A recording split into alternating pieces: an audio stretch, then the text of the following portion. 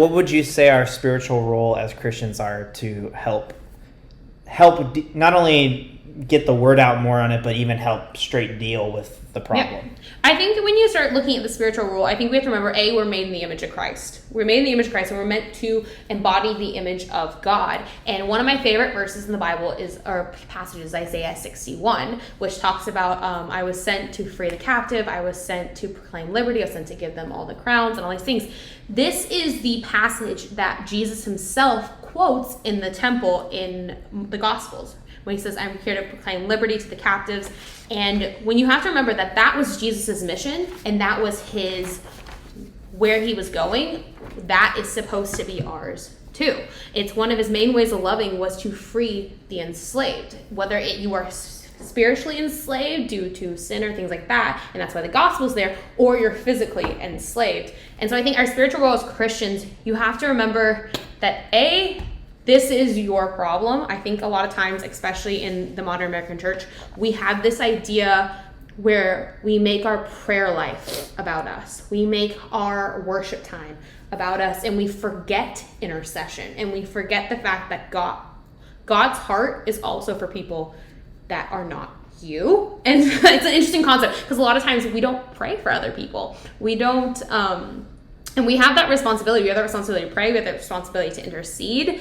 And so I think one of our spiritual roles is to remember that it's your kingdom come, your will be done. It's God's kingdom. Right. And God's kingdom is not just for me. It's not just for my comfort or my security. It is for the man sitting in a worker field in Africa. It's for the person in Canada that's being exploited. It's not just for me. And so my prayer time should not just be about me. And I think a spiritual role you have to remember is that you are meant to be a covering for your brothers and sisters. If there is a believer in China that is not being treated fairly, and yet they believe in God and they are doing the will of Christ, the Bible says that they are your brother and sister. If your brother was hurting, would you be apathetic? Would you pretend it didn't exist? And so I think that is a very big spiritual role, is carrying the burden for your brother and interceding. I think you also have to, I think we fall into this trap that prayer does nothing. And we have this idea that prayer is meaningless, or that it's nice and it's pretty, but prayer changes things. Right. The will of God is to move. And sometimes he just needs you to open a door, and he just needs you to invite the Spirit in, and he just needs you to pray. I was in Greece, and I remember Greece was insanely dark, and it's, for me personally, just a lot of just sin and a lot of demonic activity. And I remember thinking to the Lord, I was like, God, if I just sat on a hill and prayed, what could you do? And he began to speak to me about what could happen. What could happen if I just prayed? What could happen if I just loved people? And so I think also one of the things we have to remember in loving people is our language. We have to watch how we speak about people. We have to watch what chains we bind someone in, because you can pray, and if you're praying, that's amazing. Please don't get me wrong. That is amazing. But if you are praying for somebody and you are interceding, but then you go with your friends and you are binding people in word curses of how you speak about immigrants, how you speak about prostitutes, how you speak about children in other countries, this idea of they're barbaric, or they're unsavable, or it's not my issue, or you call them stupid, or those things, it's cursing them. And I think we need to remember that that's God's love, and that's who in the Lord, his heart is for them. And so I think the biggest spiritual things I would say for a Christian is you need to intercede, and you need to watch what you say to people, because that's God's love. And I don't think we do enough spiritually. Because this is seen as missionary work, not church work, if that makes sense. So we should, other than obviously, like you said, being less judgmental and less, better at using our tongues for prayer to help them. The Bible says that there's life and death in the tongue. Right. So trying to think here. And I think there just needs to be a spiritual responsibility for your brother and sister. I think that's the biggest thing. So is that how the church could speak more about the subject, or is that just like, is that other than that's our spiritual role? How could the church be better at So I think speaking on the subject? I think the church in specifics, I think that comes down to really the church needs to take responsibility for this. That it's not a faraway issue.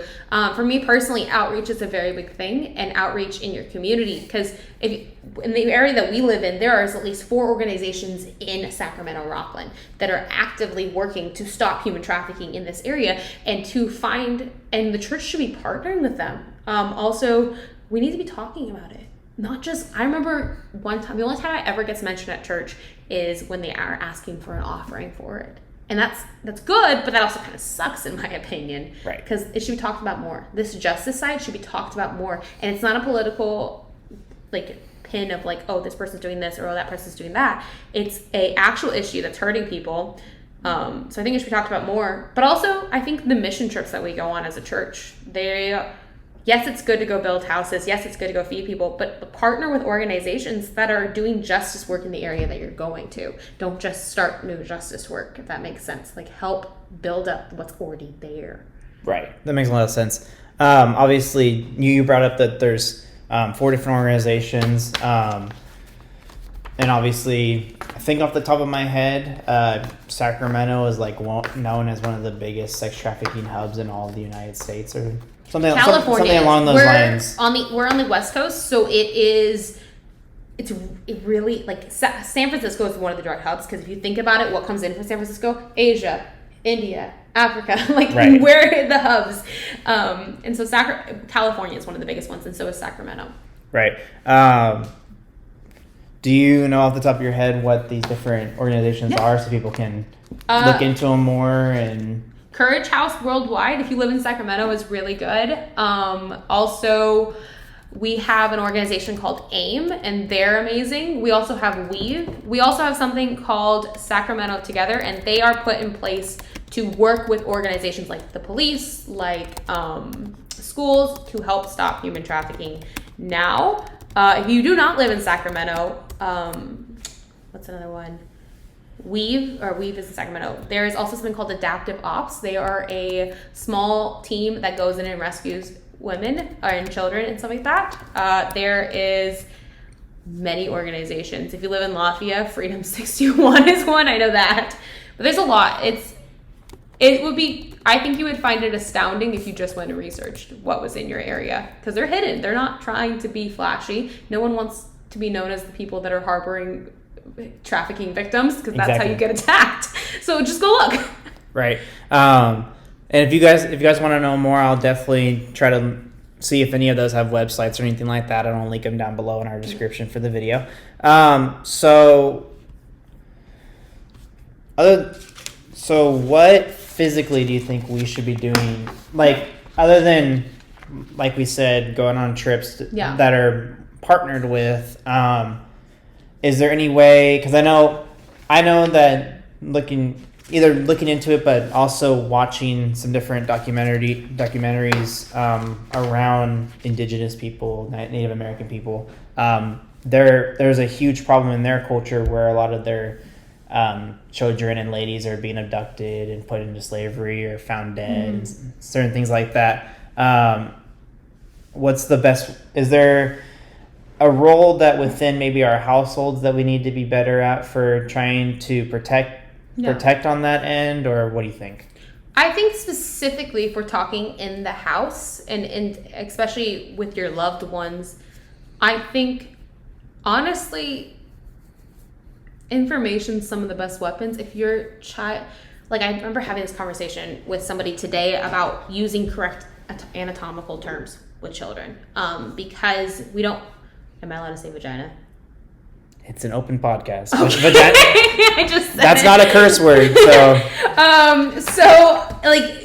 one of the problems is that especially with people that are grooming or predators, especially if we're talking about children, because I'll probably just go up in age, is using anatomical terms. So that way you don't have a child saying, this guy gave me I just make eye contact with Chrissy. Like, we don't have somebody confusing terms and then a child trying to tell us something, but they can't tell us something. Teaching your teenagers about safe online internet things, like teaching people how to be safe on the internet. Do not go meet up with random Tinder guys. I'm going to be honest with y'all. Don't take a random job application that's promising way too much money for the position that you are being offered. Teach your children, teach your peers this practical steps. Also, I think everyone needs to take personal responsibility for what's going on, because it's not just sex trafficking, it's also labor practices. It's also, there are people in houses right now in America that are being kept in America as workers without pay. They're holding on to their passports, they're holding on to their immigration, they're not letting them go home, and it's happening. And what the biggest thing that everyone recommends is that if you see something, report something. Even if you don't even know. If you're not sure, report it. Teach your kids to be on the watch. Teach your kids to be mindful of someone saying, oh, my mom can't leave the house. My mom can't, like this. And I think especially if you work in the nursing sector, if you work in the medical sector, if you work in the lawyer sector, be educated on what are the signs. I think teachers also need to be very educated on what are the signs of grooming, because it happens a lot to kids. Right. And we're covering for them. It's obviously due to the pandemic, the schools have had to been closed for a certain amount of time. And I wish, as they were able to figure things out within a few months, I wish things would have opened up quicker. But I know that unfortunately schools provide a lot of things for children, such as meals, but also as either counseling for mental things that happen in the house.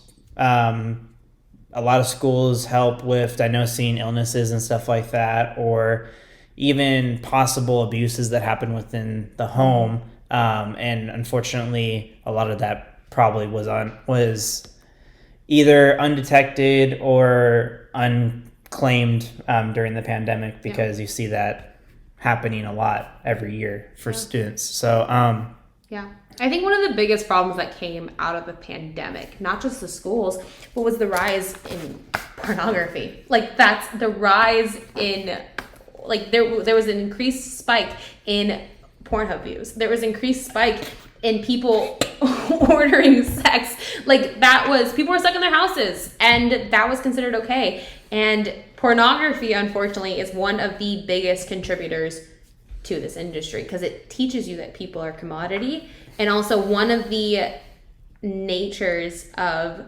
pornography is that it does support human trafficking. They did a poll of 900 trafficking victims, and over half of them said that they had been forced to do like pornography videos.